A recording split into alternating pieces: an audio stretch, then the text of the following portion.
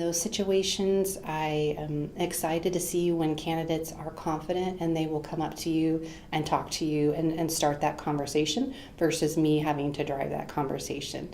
And so when I see that, that speaks a lot about their confidence, their preparation, again, their communication skills, and how they would engage with others. Someone that can hold a good conversation and ask engaging questions and learn from those who they're talking to and primarily leave an impact on those they talk to so that they will remember them once they leave that room. I'm looking for students that came prepared and kind of know what they're hoping to get out of the event. So sometimes students come and I start asking, so, what are you looking for? Are you looking for information? Are you looking for careers?